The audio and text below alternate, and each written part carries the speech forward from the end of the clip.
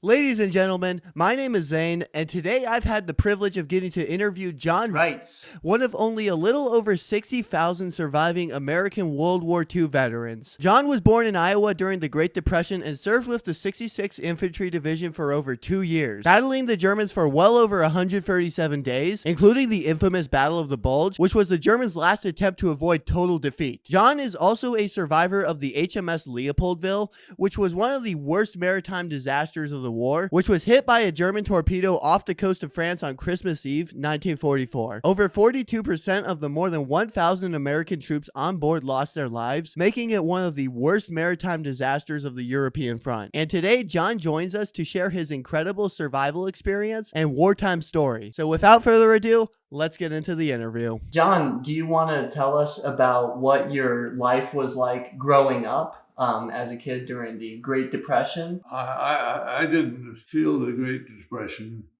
My father was a chief engineer in a very large corn products company in Cedar Rapids, Iowa, which was a job at that time when he was paid $600 a month. His girlfriend, who was a chief manager of the accounting department at a large department store, got $18 a month. That was her.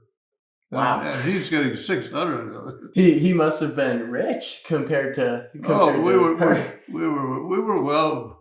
So I awesome. didn't feel the depression, and neither did my brother my brother and my daughter. They all went to college. Went to college, and I started at college, but it lasted 2 months. Wow. And then you joined the military. Yeah. So you grew up in Iowa. So you were farmers? No, we lived in a very good residential district. Oh, nice. In Iowa. What city? Cedar Rapids. Cedar Rapids, okay. You know where that is? Yeah. Okay. Yep, I do. Have you been back to Cedar Rapids? Oh, yes, yeah. I graduated in 42. And I went back, maybe it was 40 years later. Wow. We had the high school graduated 200 seniors, and we had about, I guess, 50 or 60 of the graduating seniors who came back. That 40 years later. What was school like growing up? I was a professional trumpet player, playing in professional dance bands. For instance, my summers were spent on the road with territorial dance bands. And after the sophomore year, I joined the Hank Winder Band in Scottsbluff, Nebraska.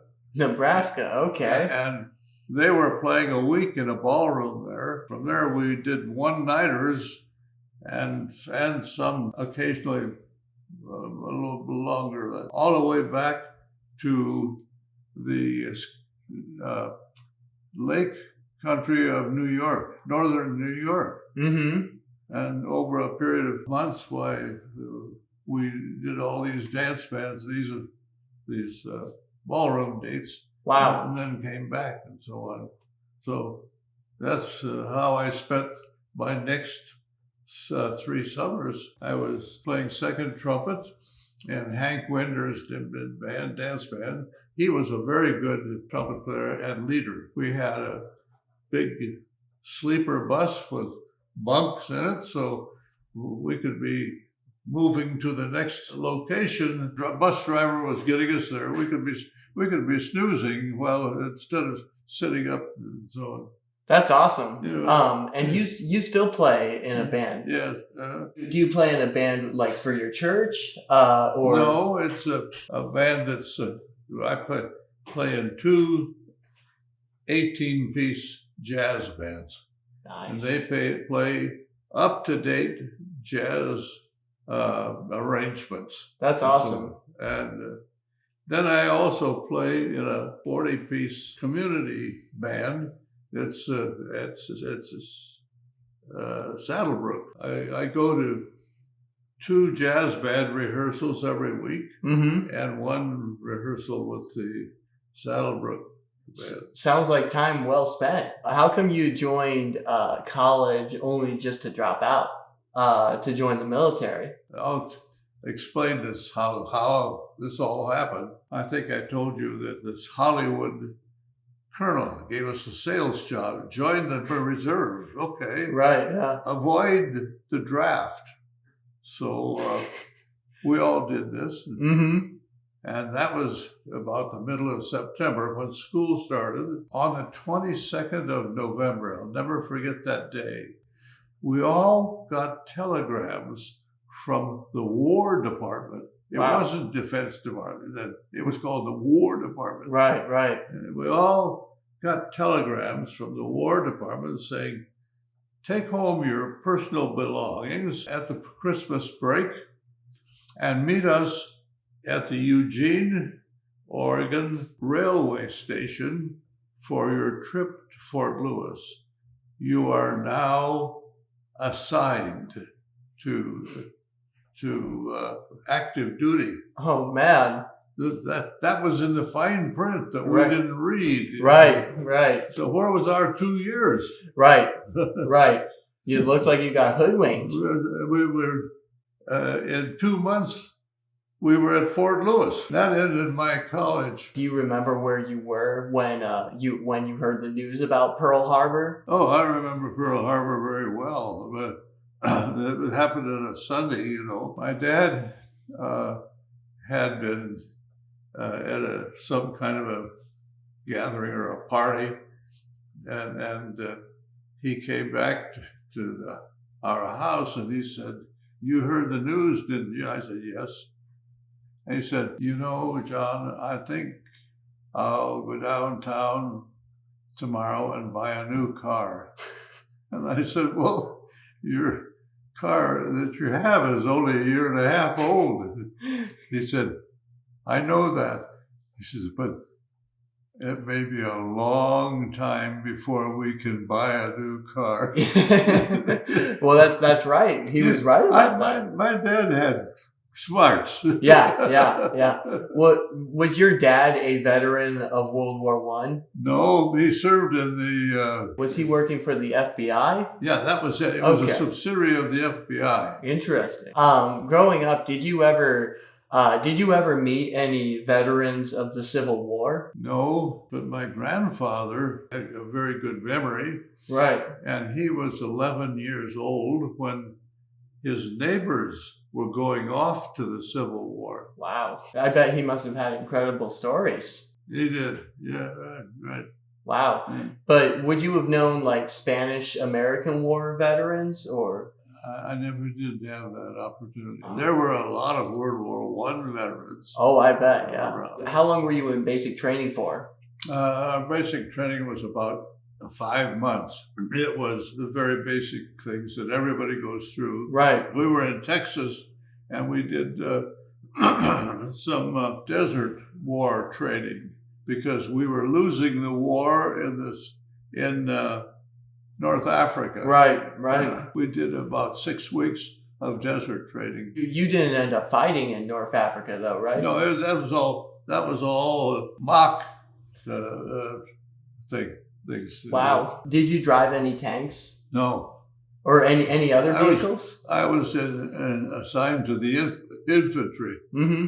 So anyway, after this 6 weeks of desert training, we were all reassigned. A Wow. lot of my friends went to colleges because the college ASTP program was started then. Mm-hmm. And a lot of them went to college. And I had very high marks in communications. Wow. So I did Morse code at 60 words a minute. That's wild. And so on. And because of that, they sent me to Camp Blanding, Florida. Wow. That's a camp that is at the southern end of the Okefenokee Swamp. Okay. And the reason for that is that at that time, they wanted us all to get swamp training because we were losing the war in the South Pacific, Right. which was all swamps. Right. Yeah, the Pacific was not going well for up until like Midway. Yeah, but the Japs were doing better. Yeah, a lot better. While I was there, the 66th Infantry Division was formed there at the Camp Landing, and I was assigned in the communications platoon of the 3rd Battalion of the 262nd Regiment, Wow. which was one of the regiments of the 66th Division. We were doing divisional training in the swamps. That must have been rough. Well, you know, it was not very comfortable. No, I can imagine. It was because we were there pretty earlier in the year. It wasn't really hot, Right. but it was swampy. Yeah, pretty bad. So, how many of your friends ended up going to fight in Europe versus like how many of them went to fight in the Pacific? None that I know. Really? None, because in the 66th Division, we were never assigned to the Pacific Theater. Well, what about like your friends from like high school or college? Oh, I had 3 high school friends who did the whole thing in the Pacific. And at that time, we were ordered to ship out to a camp in New Jersey that was right across the river from New York City. We knew we were on the way. We were on the way to Europe. Right. And we were there for about maybe not even a month, maybe I would say 2 weeks. 2 weeks. That's not much time. And then we were walking up the gangplank of I forgot the name, the Queen Elizabeth. That was a beautiful luxury liner, Right. that had been converted to troop ship. Were you guys at all concerned about like being hit by a torpedo, by a U-boat? We had support vessels on each side of us, and so that was covered pretty well. Did any U-boats try to attack the formation? Not then. Later though. Later. Yeah. But after you arrived in Britain. Yeah, we were about I would say 10 or 12 days on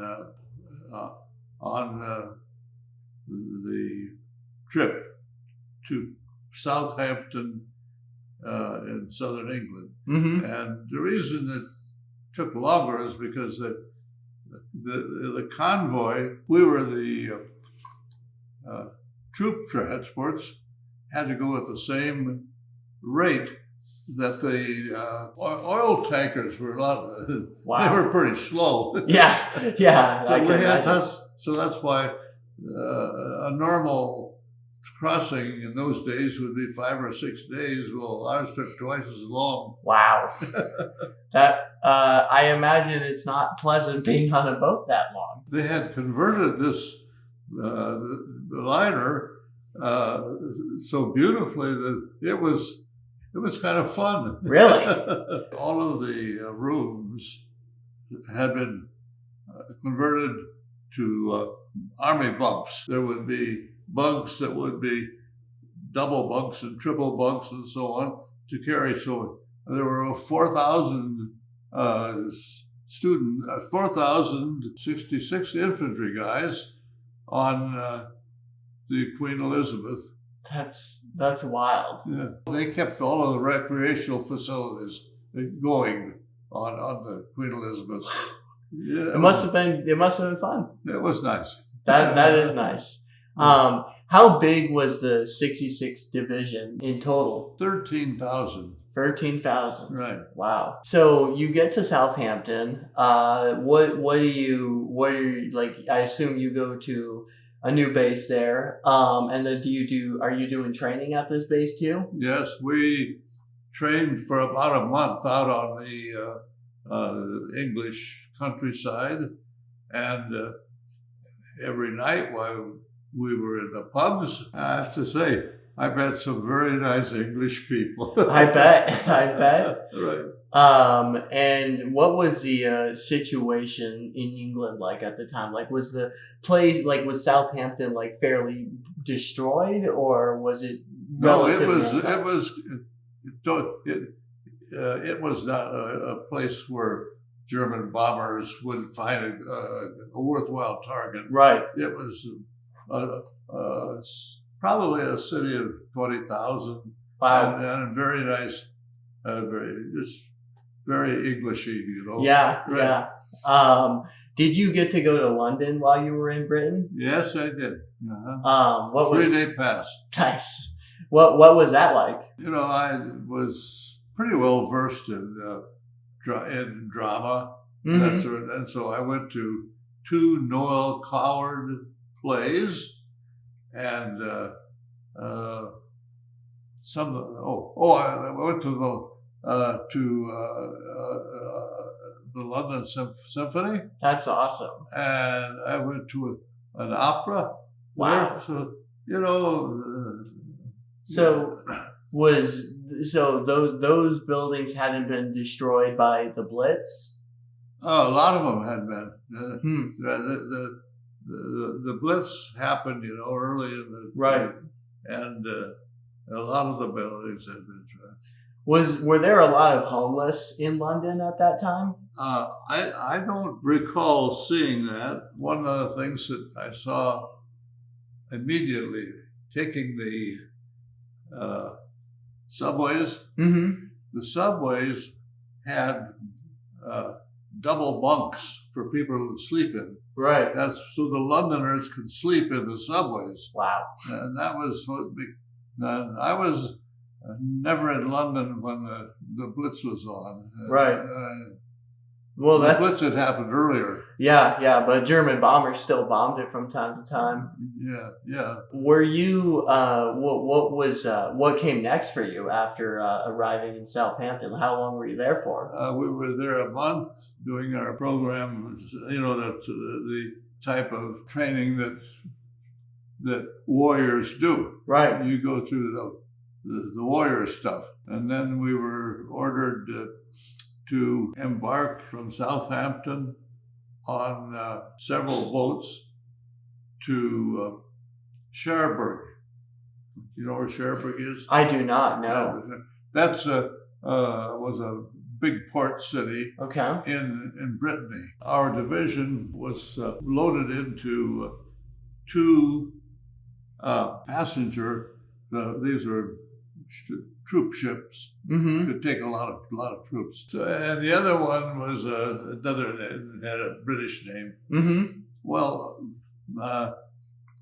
we all were given positions in the ships, and I was assigned to a berth on D deck, which was 4 decks down. So you were on the Leopold? Yeah, I was assigned. We were all given assignments. You know, we didn't have any choice. Right. And I was assigned to D deck. Okay. In the stern of the Leopoldville. Mm-hmm. And this had been a Belgian ship that was converted to troop carrier. It had been a freighter before, but they did, because they were going back and forth carrying the troops to the continent. Why they didn't have bunks. They had you could sling a berth up there if you wanted to sleep. That's crazy. But other than that, they had large dining tables. You could sit down and eat and so on. The trip was only about maybe 12 to 15 hours. Right. Across to the continent. And so we embarked convoy with support vessels around us, and we almost made it. We were 7 or 8 miles north of Cherbourg when a torpedo hit the right side of the ship. Wow. And it immediately flooded E and F decks. I was on D deck. When the torpedo hit, I was taking a snooze on one of those tables, and the concussion blew me off onto the floor. Oh, geez. Wow. And it really screwed up my hearing, too. Yeah. Being one deck above a torpedo is something for your ears. Yeah, I can only imagine. As I kind of got my senses going again, there was a doorway out of this area where we had all the tables into the freight hatch. Right. Because the freight hatch had been converted with wooden stairways so people could go back up and down. The concussion blew all of the stairways out of the hatch. Wow. The hatch was totally, you could look up, you could see the sky. Right. And water was coming in this doorway on the floor. So the back end of the Leopoldville was taking water all the way up. E and F decks had about 400 and some troops in it. All of them, except one guy, were fatally killed. So many there people. Was the concussion of the torpedo and the immediate flooding, because the hole that the torpedo blew was about the size of an automobile. I got up and went over to the doorway where there was a sergeant with a lantern directing people to get into the water and swim over to a steel ladder that was welded into the side, so we could go out. I went over swam over. The degrees were 48 degrees. That's cold. Well, pretty cold. You know, that's English Channel in the winter. Yeah. The sergeant asked us to gather together some timbers, and so that the other people could go across to that without swimming, and which we did. We had four of us stayed in the water holding these timbers together, which were floating. Right. And that's how we evacuated the people out of D deck. After about maybe 10 minutes, the sergeant got 4 other guys to take our place. And I was wet, except went all the way up, you know. Wow. That's wild. 48-degree water. Anyway, so that's terrible. Then I got up and I went to my boat station, which is just over to the rail of the ship. The ship was listing quite a bit. We were afloat probably an hour until the ship had sunk so far into the rear that somebody in the ship gave a abandoned ship. There had been a destroyer, British destroyer, the Brilliant, which had pulled up a side, and they were taking our troops over the side on ropes and down onto their deck. Wow. And they did that, for probably an hour or so. Wow. Yeah, I don't know how many people they got over that way. I was too far back in line. I was for that. When they gave the destroyer pulled away and went out about 100 yards or so and was doing depth charges, trying to get nail the sub. Right. When they gave the depth charge, I could see the destroyer over there. They had lights. They didn't have the dark thing Mm-hmm. when they were trying to do a rescue there. Right. So I swam 80 or 100 yards over to the destroyer, and I was a strong swimmer. I'd been a marathon swimmer in high school. Right. Yeah. So by the time I got to the destroyer, I was really pretty tuckered. Yeah.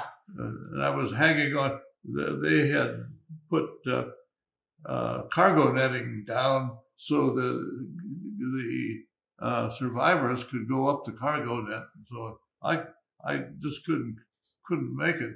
Wow. So two of the British sailors came down and helped me up. I was up and got over onto the deck, and then they directed us to go down below, and they had hot soup for us, and probably pretty nice after everything that just happened.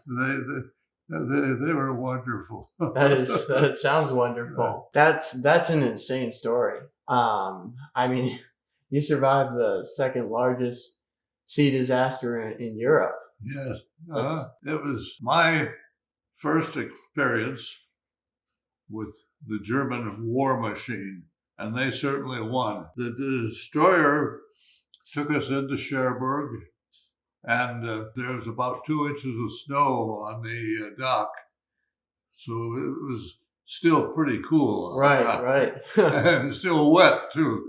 Right. There was a truck, quartermaster truck came by, and the truck driver told me and a tech sergeant. See, I was a buck sergeant at that time. So you two sergeants get up here in the cab with me, and the other guys were loaded into the back, and they took them to some kind of a recreation hall, right, in Cherbourg. Dropped them off, and he says, I'll take you guys to a warm spot. So he took us to his third floor where he was bunked. Right. He was bunked there in Cherbourg. They had brought down extra cots. Right. And they got dry clothes for the two of us. Wow. So they treated us like royalty. Yeah, that must have been awesome. They had about 15 of them around us, asking us questions about how we made it out and so on. Wow. I don't know if you know the numbers, the statistic on the losses from the Leopoldville. That was 780 some known dead. Wow. And 246 missing in action. Jeez. Which was next thing to known dead. Right. And so that was 1,000 out of our 3,000 in our regiment. That's horrific. Well, we spent about, I would say, 2 weeks in a camp that had been a German army camp in Cherbourg, and we were getting re-equipped because all of our equipment was in the bottom of that ship, and we were getting replacements coming in from the U.S. Right. And then after, say, 2 or 3 weeks, 2 weeks to maybe, why we were moved out to face the Germans. We were sent down to Saint-Nazaire to relieve division that had been encircling over 20,000 Germans there. So we took their place. The division that we replaced had dug in emplacements, a little bit fortified. Right. And so were the Germans on the other side. That's where we stayed for, I think, 3 months or so. Wow. And Germans were trying to get out time and time again. We were relieved by another U.S. group and sent up to Germany. to a front where we were facing. By that time, the other troops had pushed far enough to where they had crossed the Rhine, and they were pushing on Germans. Wow. In Germany. So how long were you in France for? I would say 4 months. 4 months. Yeah. We were being re-equipped and so on in January of 45. We had to do some training because we had a lot of new people. Right. We were never totally re-equipped with personnel. We were always understaffed. Staffed, right? Yeah. Where in France were you? Like I remember you mentioned that Sarthe. Well, Saint-Nazaire. Where in France is that? That's on the French coast, south of Cherbourg. Okay. Our division encircled Saint-Nazaire and Lorient. Wow. Because the high brass thought that they had terrible losses when these are our losses. Right. When they were taking Brest, right. which was another sub base, and Lorient and Saint-Nazaire were the next two sub bases. Wow. So the Germans were occupying. The Battle of the Bulge came, and the Germans were trying to get out of it. We had a total of 40,000 Germans in the two cities. Wow. And they came trying to get out. Well, we were able to stop that and push them back into their enclave. What were your average daily conditions like? Like, were you living in a foxhole most of the time? Most of the time. We also had to do some scouting. Some with patrols. Right. And my platoon, I was involved in both the radio and wire communications. And I had to furnish a wire person. I had to furnish a radio operator who could carry an SCR 300 on his back and with maybe a patrol of I would say 7 or 8 soldiers. Right. And so they'd go out and test.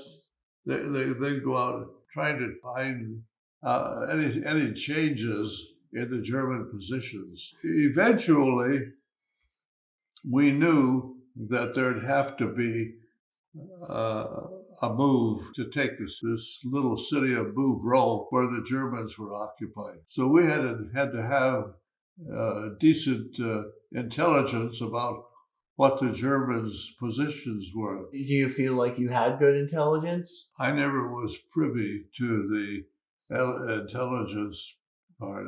My job was to keep our communications intact. Right.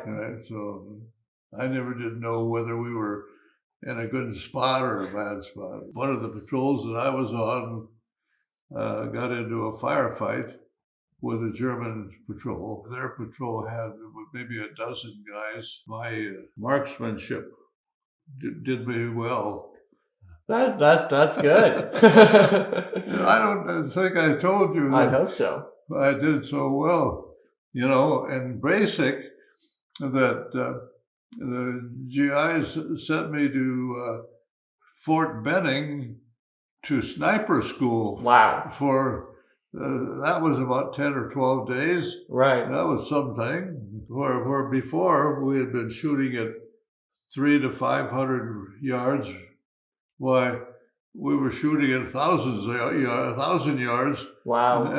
And doing it well. Nailing targets that were about the size of an automobile at 1,000 yards. Wow. Yeah. Well, that's pretty good. That's pretty good. That's what snipers do. What did you think about your superior officers? Do you think they did a good job? Well, My immediate officer was a dud. There's no way he should have been where he was. Mm-hmm.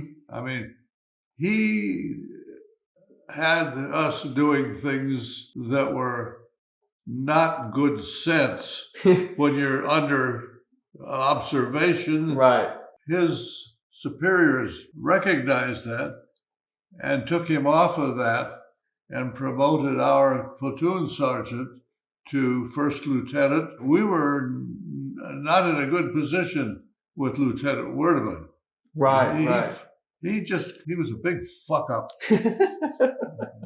But other than that, You had good commanders other my than him? immediate officers, company commander, Captain Hartman, sir, the guy who was, I forgot his name, who was first lieutenant in our heavy weapons battalion. Mm-hmm. The heavy weapons managed mortars and heavy machine guns. Wow. That was part of the company armament. He did everything just right. I just couldn't say anything bad about any of the other officers except Wordman. He should have been someplace in a training camp back in the States. We were moved to the German town of Koblenz. Our division was mopping up. This is the last 2 or 3 weeks of the war. Wow. And a lot of them, they were mopping up SS troops because Right. those guys didn't give up. No. They didn't want to The other German soldiers in the Wehrmacht, they were so pleased to get the war over. The white flags went up, but they were so pleased. they probably just they were probably conscripts, most of them. They'd been in it for years, you know. Yeah. Yeah. I mean, they knew that they weren't going to win, so what's the point of dying? I got the first really good furlough. We couldn't go home to the States, but we could take a trip in Europe. Wow. So That must have been nice. it was nice. My company clerk, John Greeley, and I planned a trip from where we were to that Gulf city in Scotland. Wow. We could get the most days off Right. out of the army because of the travel time. Uh-huh. So we had 10 days to a destination plus travel time, which that time we were in Austria. Right. From Austria to that was a pretty good, a lot of train trip. I bet, yeah. Do you remember where you were, like, when Franklin Roosevelt or Hitler died? We were outside of Koblenz. And what was your guys' reaction? It was just wonderful. It was wonderful. Yeah, yeah. It wasn't long after that the other officers in Germany Decided to capitulate. They sued for peace. Yeah. Right. It was maybe 5 to 7 days. Yeah. When they figured that there's nothing worth this. Right. Right. That's crazy. Yeah. How about Franklin Roosevelt? Do you think that he was a good president and that he did a good job leading the war? Oh, I think so. Yeah. Yeah. You bet. You felt like he got you guys he got you guys everything you needed? As far as it was possible, I think we were very well equipped. We had air support that just wiped the German Luftwaffe. Yeah. They were off the map. Who's the highest ranking commander or government official that you got to meet during the war? My highest, what I saw once in a while, was General Herman Kramer. He was our division commander. Wow. But, other high officers were so far back in the safe areas, right, that we had very little vision of them. Right. Except for maybe Patton. Yeah, Patton was leading in the front. He was different, right. I don't remember seeing my division commander at all until the war was over. They pinned a Bronze Star on me. Wow.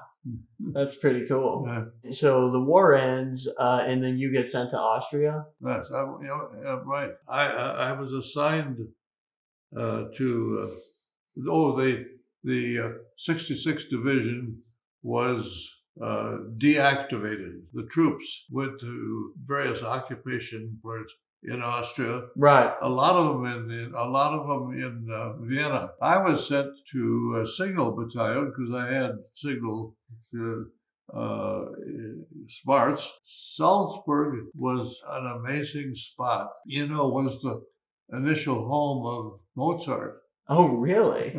Wow. And that must have been cool. There was a university there called the Mozarteum. There was concerts all the time for their students. Why, that was, for me, that was heaven, Yeah, I bet. That must have been awesome. Were your commanders ever planning on sending your division to go fight in the Pacific? No. Well, it was not by a division. It was by individuals. From your service, you gained points. Mm-hmm. And if you had 82 points, you were sent back to the States for a 30-day furlough, and then discharged because they were deactivating. Even with the war in the Pacific still going on. Yeah, with the war still going on, right? Wow.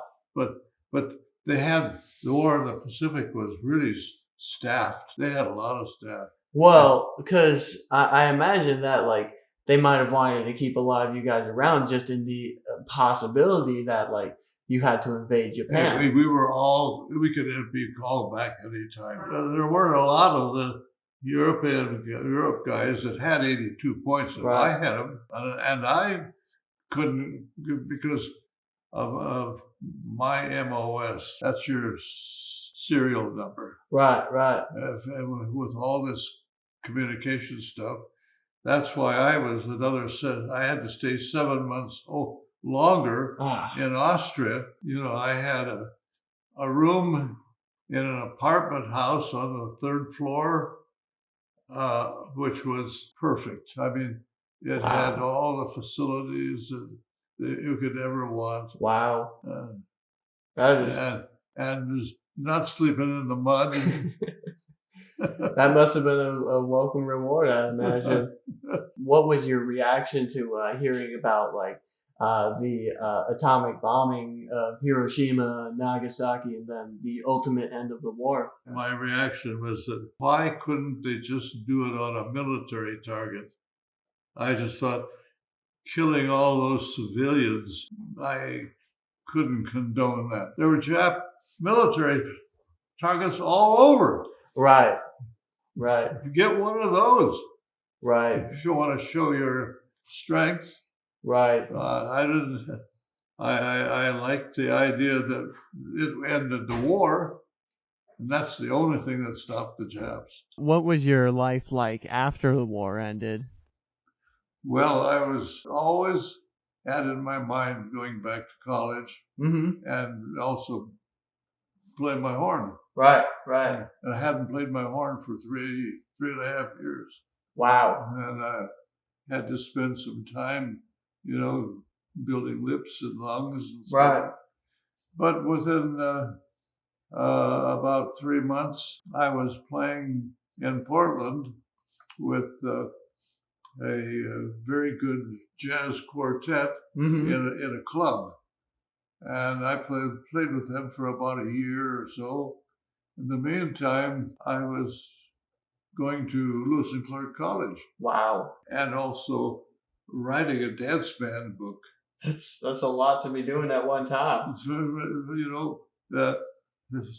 So after playing with the quartet for a year, and then with another different one for another 6 or 7 months, I had written a library for a dance band. Right.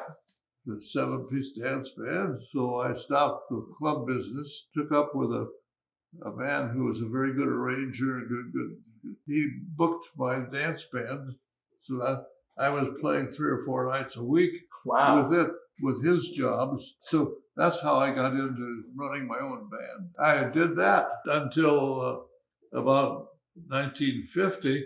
Wow. When I made some money in the stock market, had a friend who was my lead alto sax player who was encouraging me to really promote the band.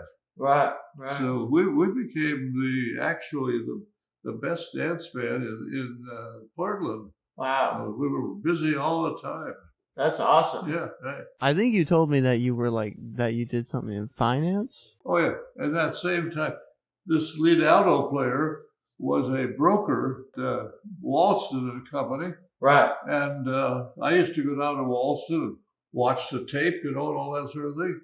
So he suggested I take the New York Institute of Finance course and pass. So I became a broker. Wow. And I did that for 40 years.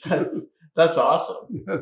Sounds like a life well lived. Well, I've often mentioned to people, I know it's difficult to find an occupation that's your passion. Right. I had 2 of them that were my passions. Wow. Because the band was going like crazy. I was in the brokerage too. Next year will be the 80th anniversary of the end of the war. Looking back, how do you feel like America and the world have changed for the better or for the worse? I think it's about the same with the same problems. Really? Really. Just different adversaries. Right. Whereas we were against the Germans and the Japs. We're now against Russia. I think Russia is less an adversary. If they could get rid of Putin, that would help. Do you feel like Americans remember the war well, and have taken appropriate lessons away from the war to not to try to avoid getting into a third world war or other devastating conflicts? I think avoiding a third world war is certainly the best course that we can have. Right. But so sometimes you have to say you're entrapped into something like that. Right.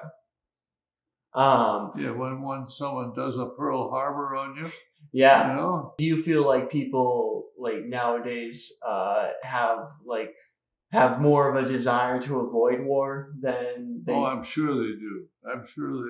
And I would hope that we have congressmen and people in the administrations that feel the same way. Do you think younger generations remember World War II and what you guys went through? I'm amazed that when people ask me about World War II, about how little evidently it's not been covered in schools. I'm always amazed at your knowledge, of World War II. What kind of awards from the war did you get? I got the Bronze Star, and I got the French Legion of Honor, and also a combat infantry badge. You've been back to some of the battlefields you fought on. Carol and I were married in 1983. Second marriages for both of us. And we went to Europe 11 times. Wow. After that. In my work in the brokerage business, I did a lot of traveling to various investment shows and that sort of thing. And I got American Airline free miles. Wow. So, where do we go? She was teaching. So when summer, where do we go this summer? it was almost always Europe. Have you been back to see London and Paris after the war when they've all been rebuilt and after the Blitz? Oh yes, right. And it must have been a lot nicer the times that you went back afterwards. Yeah. Everything was rebuilt, huh? You know, I think that we enjoyed other parts of the British Isles more than London. The Scotch capital, I've forgotten the name of it. That's a nice town to visit. Oh, I bet. It had always had wonderful entertainment going. Right. Is anyone you know from World War II still alive? No. No. Wow. I was younger, so, and I got out younger too. How is it having to like represent like the legacy of the 6th Division? Well, I don't think that there's anything much done about legacies. Right. That we don't have reunions anymore. Right. That used to be our legacy. Those were very delightful. Really. Oh, I bet. Well, do you have anything else you'd like to add? No, I think we've pretty well covered everything that was involved in. Yeah, But I would say so. I really appreciate you taking the time to answer all these questions. Yeah, sure. I've enjoyed this, really. That's good. That's good. I'm glad to hear that. Thank you all so very much for watching this interview. I really enjoyed making this video. If you happen to know any other veterans I should interview, then you can shoot me an interview at my email address, which is listed in the description below. Also, make sure to subscribe and turn on notifications so you never miss a new video about the war or off-roading or ghost towns or anything like that. I upload a lot of that here. And don't forget to hit the like button. It really helps me out in the algorithm. And feel free to share the link with your friends. And I will catch you all in the next one.